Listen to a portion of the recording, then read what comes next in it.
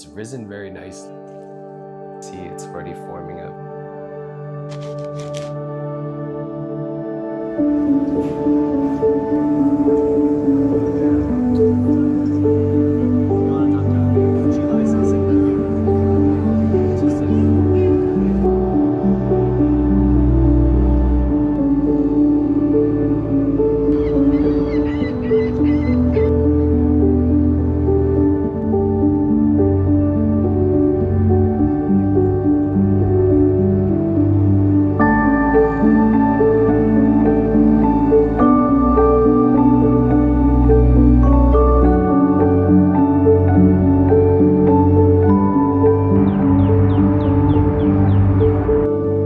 So the last 2 weeks has been interesting. My partner from the Netherlands, Gijs, he was here to visit for a couple of days. We just walked around, enjoyed the really nice weather of this winter.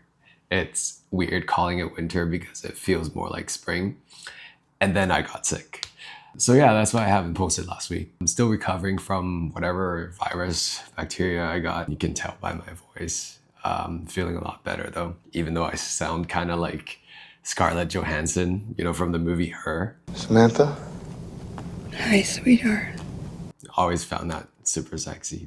So we're gonna take this vlog super easy. I wanted to take you guys along to bake my sourdough bread with me. So a couple of vlogs ago, I restarted my starter. There's a bit of a history with me and sourdough. So I actually started doing making sourdough bread after I burnt out.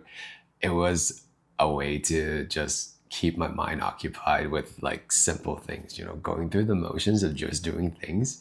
And I really enjoy the process, so I kept doing it. But ever since I started visiting the Netherlands more frequently and for longer durations, I kind of gave up on this hobby because every time I go for a few months, and the starter couldn't last that long without feeding for that long.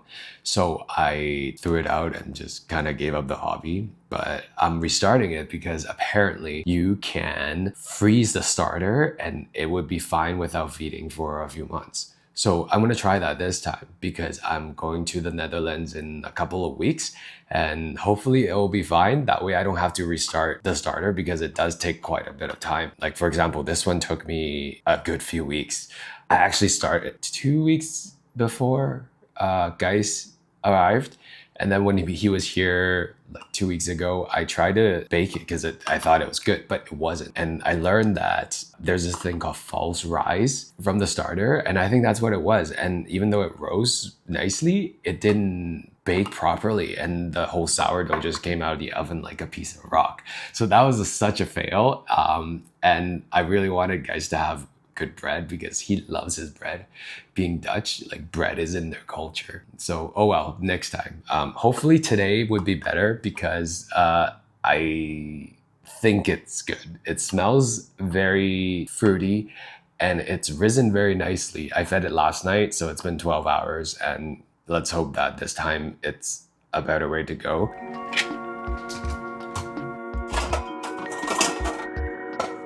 Making sourdough bread is mostly just following the recipe and having a lot of patience. Oh, by the way, I'm gonna post this recipe in the description because I know I'm gonna forget something. So if you wanted to make your own sourdough as well, you can follow this recipe. I think it's a great way to relax the mind and also know that you're making very, very healthy food. The reason why I like sourdough so much is like, it's so simple, the ingredients. So it's literally just flour, water, and salt. The only thing you need a lot of is patience. And I used to always bake these half and half. So half whole wheat flour, half white flour, just to add a little bit more fiber and nutrients in there. But today I think I want to do a little bit different and add some seeds in there, like flax seeds, chia seeds as well, just to like bump up that profile a little bit. But yeah, you don't need a lot of things to make sourdough bread. I don't even use a Dutch oven because I know a lot of recipes out there say you need to use a Dutch oven. For me, I prefer to keep it simple. And even though it's not like 100% the best, good enough. Like, I think that's what I'm about. It's like simple, good enough. So the first thing we need is 300 grams of water. I poured a little too much in there. And then the next thing we're gonna need is 100 grams of this starter, and I'll save the rest. So this starter actually is about 150 grams after the previous feeding. And the feeding schedule is gonna be in the description box below. It's literally just flour and water and starter, and you just keep on feeding it until it doubles. So I'm gonna use 100 grams of this 150 grams, and then I'm gonna put the rest in the fridge, and usually it lasts me a week or two without feeding to for the next loaf, which works out perfect.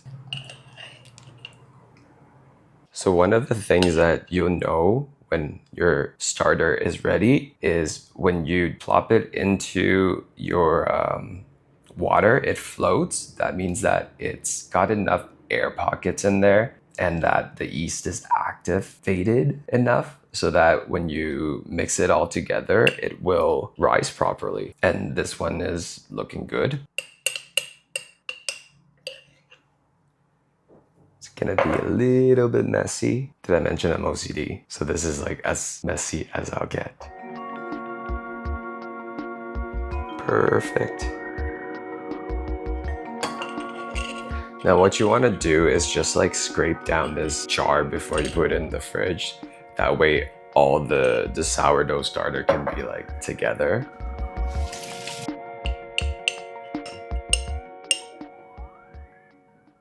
So now once we scrape this up or down, we can just throw this in the fridge and use it the next time. Usually what I do is like I take it out an hour or two before bread, take it out just to let it warm back up into room temperature, and then I'll feed it. So I'll add another 50 grams of flour and 50 grams of water in there, and then by the time I wake up it should have doubled in size and ready to go, which is very convenient. And the schedule works perfect because it's like every week or two, so it works out perfectly.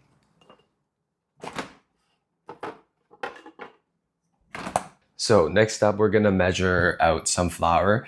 And because this time I'm not using just half and half white flour and whole wheat flour, I wanted to add a little bit of seeds in there, flax seeds and chia seeds. So what I'm gonna do is I'm actually gonna measure out the flour just to make sure that I get the right amount.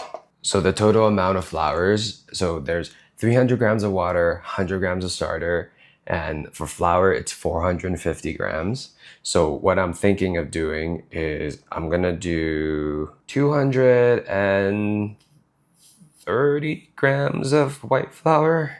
And then I am gonna do about 100 grams of whole wheat flour. So that takes us up to 330 grams. And then the remaining, dude, I can't do math. Or I'll do the math and then I'll put it on the screen. And this is not because I'm sick. I'm just horrible at math like this. I need a calculator. What I'm trying to do is just to have in like roughly half of the whole wheat flour and the white flour and about 20 grams of seeds. So this container has flax seeds and chia seeds grounded up. I usually use this to eat it with my oats. That's why it's all prepared. But I thought, let's add a little bit to the sourdough this time just to increase the nutritional profile a little bit. Okay, we have exactly 450 grams of whole wheat flour, white flour, and seeds. So now we're gonna add it back into the mixture of water and sourdough starter. I think what I'm gonna do is just give this a little mix, just a gentle mix, before I throw it into the wet mixture. And finally, the last ingredient of this recipe is to add 10 grams of salt. Technically, you can do that when you were measuring the dry ingredients. I don't know why I didn't do that.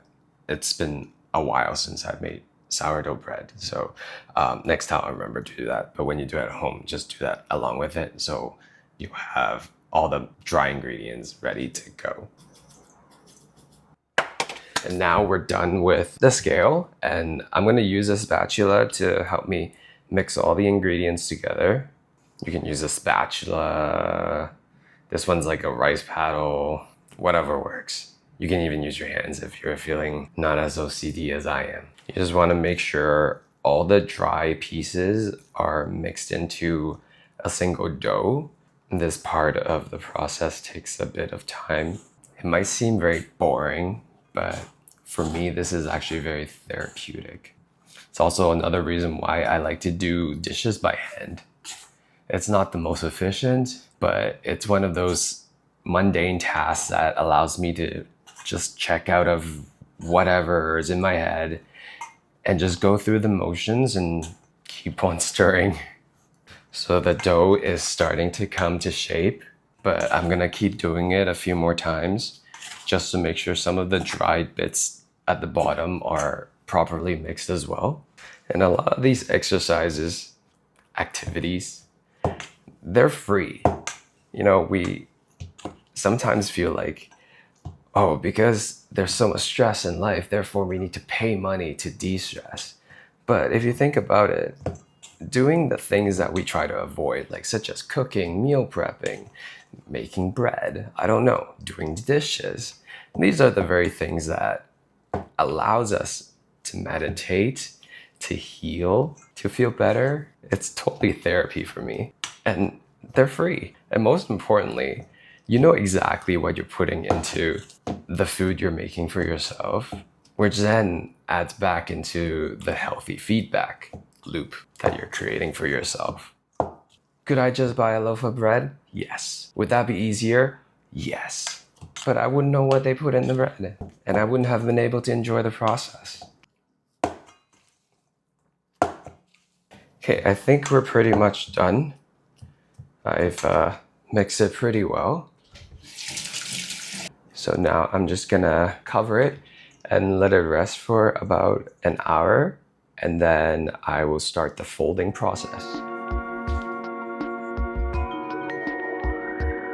So it's been about an hour or so, and our dough is nice and rested. So now we're gonna start the folding process. So this is a no-knead, knead recipe.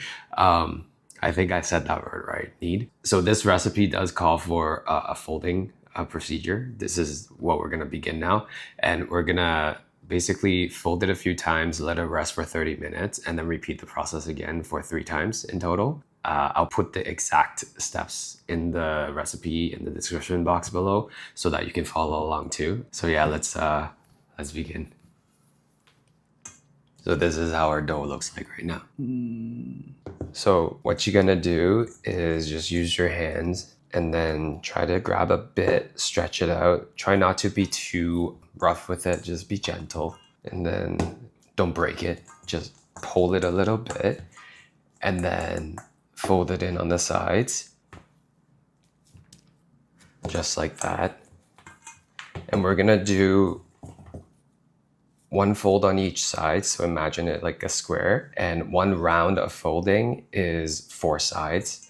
So right now I'm on the 2nd round. So there's 1 corner, 2 corner, 3 corner, and that's 2 rounds. It doesn't have to be perfect. And that's it. So the first time is 3 rounds. We're gonna let it rest for 30 minutes, covered with some cloth. And then we're gonna do 2 rounds and then 30 minutes, 1 round, and then we'll continue them from there.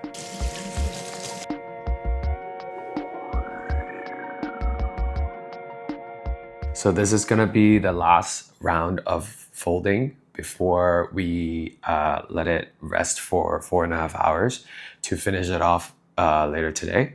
Then we can bake it tomorrow morning. This is how it looks like right now. There's a little bit of jiggle. I don't know if you can see. That's exactly how it should look. I hope it turns out. Sometimes, you can do all the right things and it still turns out like a piece of rock. We shall hope for the best. So we're just gonna do 1 final gentle round of folding on all 4 sides.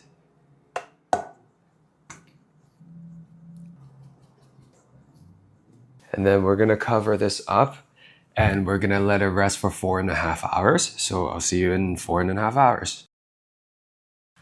So it's been 4.5 hours and clearly it's nighttime. I think our dough is ready for the final step in the preparation stage, which is to give it one final fold and then let it rest for another 30 minutes and then give it its final shape. And then we can put it back in the container and let it sit in the fridge to, I think they call it ferment.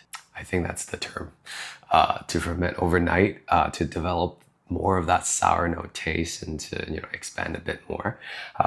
Let's take a look at our, ooh, this is nice. So as you can see, the size has gone up quite a bit and the jiggle is there. It's perfect. Yeah, so what we're gonna do is just put some flour on the counter so that it doesn't stick. Just makes it easier for you to kind of manipulate the dough. Just a little bit of flour is enough. It's just to make it less sticky. Gently remove it because it's probably a little bit stuck to the bowl, and that's okay. Just gently remove it. Perfect. So as you can see, look at the jiggle. This is exactly how we want our dough. So we're gonna give it a very gentle, one last gentle pull and fold. Remember, we don't want to break anything. And you can see there's a lot of air bubbles, and that means that it's developing nicely. So now that it's done, just that nice gentle fold, we're gonna cover it and let it sit on the counter for 30 minutes. So we'll be back. Let's take a look at our dough. Ooh, look at these air bubbles. They're perfect. All right, so it's time for the final step in our preparation. So while we were waiting, I actually went ahead and lined the container with a piece of, not tin foil, what do you call it, plastic wrap. This makes it easier to remove it in the morning so that it doesn't get stuck onto the residue of the bowl or even the bowl itself. I always do this and I always found it very useful. And this is also another thing that I don't do that people suggest, which is like, those like shaping trays. I don't know what you call those, but like they're like either long or like oval shape or round shape for you to shape the sourdough. I don't even use that. I just use some container and it works fine. So let's keep it simple, right?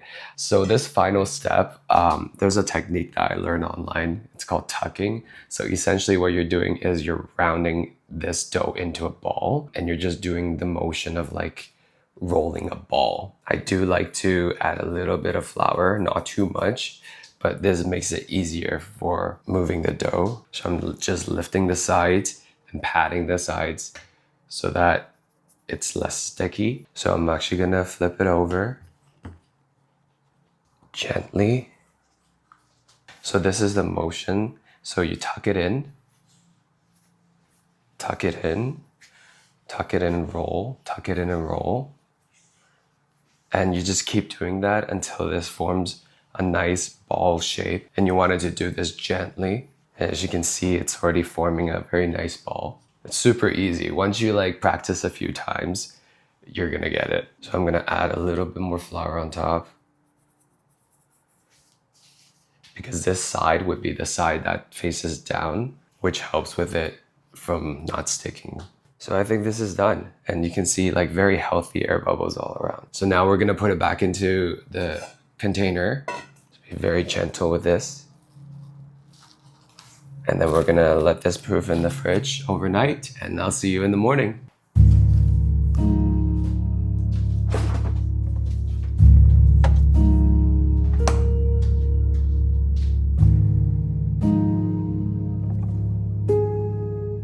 Good morning. So it is baking day. This morning I got up, I took out the sourdough from the fridge to let it wake up, just to make sure that it's in a nice room temperature. I usually do this for an hour or two, and it looks pretty nice. Look at this. Yeah. So I think our dough is ready to bake, and I also preheated the oven to 500 Fahrenheit, which is 260 degrees Celsius. And yes, I looked that up. I did not do the math in my head because I can't do math. So because I live in Canada, our appliances are in Fahrenheit for whatever reason. And some of the things are in metric system, and then sometimes it's imperial system. It's very confusing. So while we wait for the oven to heat up, we're gonna take this out, put it on a tray, and I'm gonna show you one simple trick that I use instead of using a Dutch oven, which would kind of emulate the steam.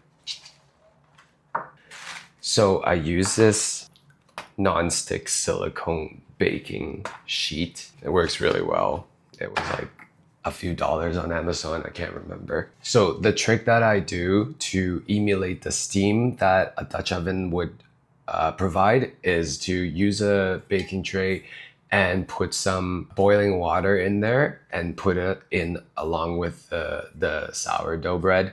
That way it creates some steam within the oven. What that does, according to people's recipe in Wikipedia, and not Wikipedia, the internet, is that the steam would help the crust not form yet so that it can rise properly. And then near the end, I'll take it out and let it continue baking without steam to kind of form the crust.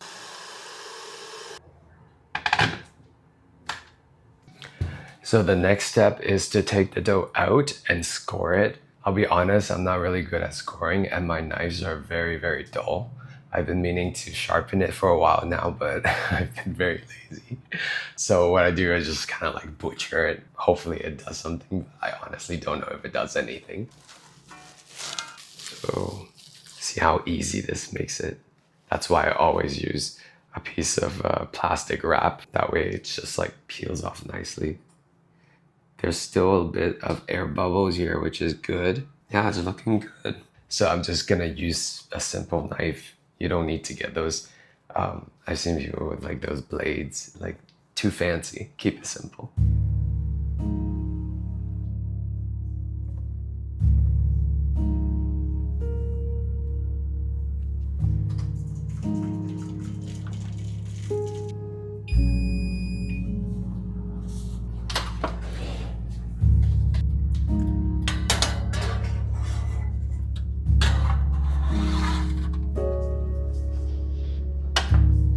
So the sourdough is gonna stay in the oven for 20 minutes with the steam tray. And then after that 20 minutes, I'm gonna take out the steam tray and turn off the oven and let the residual heat kind of finish baking the bread for another 5 to 10 minutes. And then our sourdough should be good.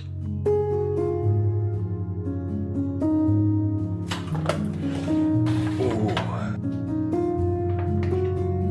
Oh, wow.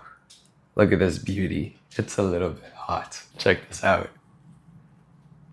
So what I'm gonna do is I'm just gonna let this cool for a bit, about an hour or so before I cut into it. And what I like to do is like standing up. Otherwise the steam would kind of like penetrate the bottom and you don't want that. So I just let it stand up a bit and we're just gonna let this cool for a bit. I'll see you in a bit to cut it out and see how it looks like inside.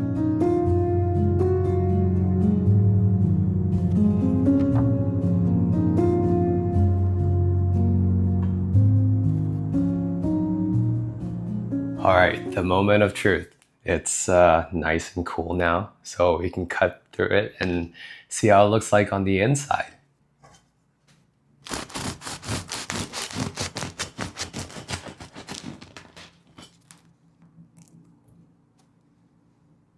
All right, so this is it, our final product, our sourdough bread.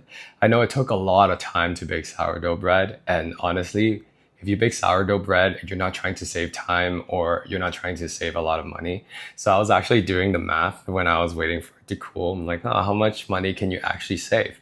So the raw material for flour and seeds and electricity costs, it's like about $1, and you can get a good loaf of sourdough bread for maybe $4 or $5, maybe sometimes even more if you go to fancier stores. But making sourdough bread, the whole process is quite therapeutic for me, and hopefully you enjoy this video and found it therapeutic as well.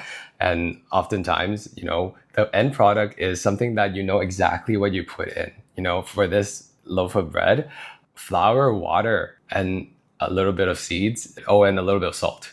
But that's it, right? There's no added sugar, there's no preservatives, there's no like coloring additives or any additional things that you may or may not know about, which is one of the reasons why I like baking sourdough bread myself. And of course, the therapeutic process of it. Much like a lot of things in life, I find we're constantly rushing through things and trying to get things done. And a lot of times we even spend a lot of money to get things done quickly, quick fixes.